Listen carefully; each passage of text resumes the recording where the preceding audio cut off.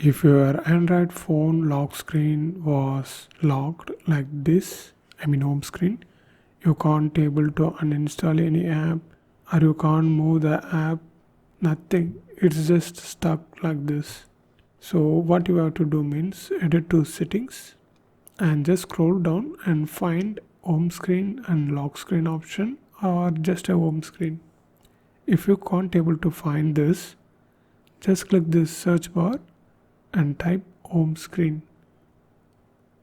So just like that, home space screen.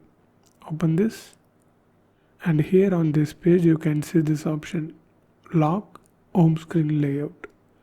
So you just need to toggle this off. If it's turned on, now you can see you can uninstall the app or you can move the app if you wish. So there is no home screen locked. So this is how you need to do, and if you want to know more videos about Android phone, you need to watch this playlist.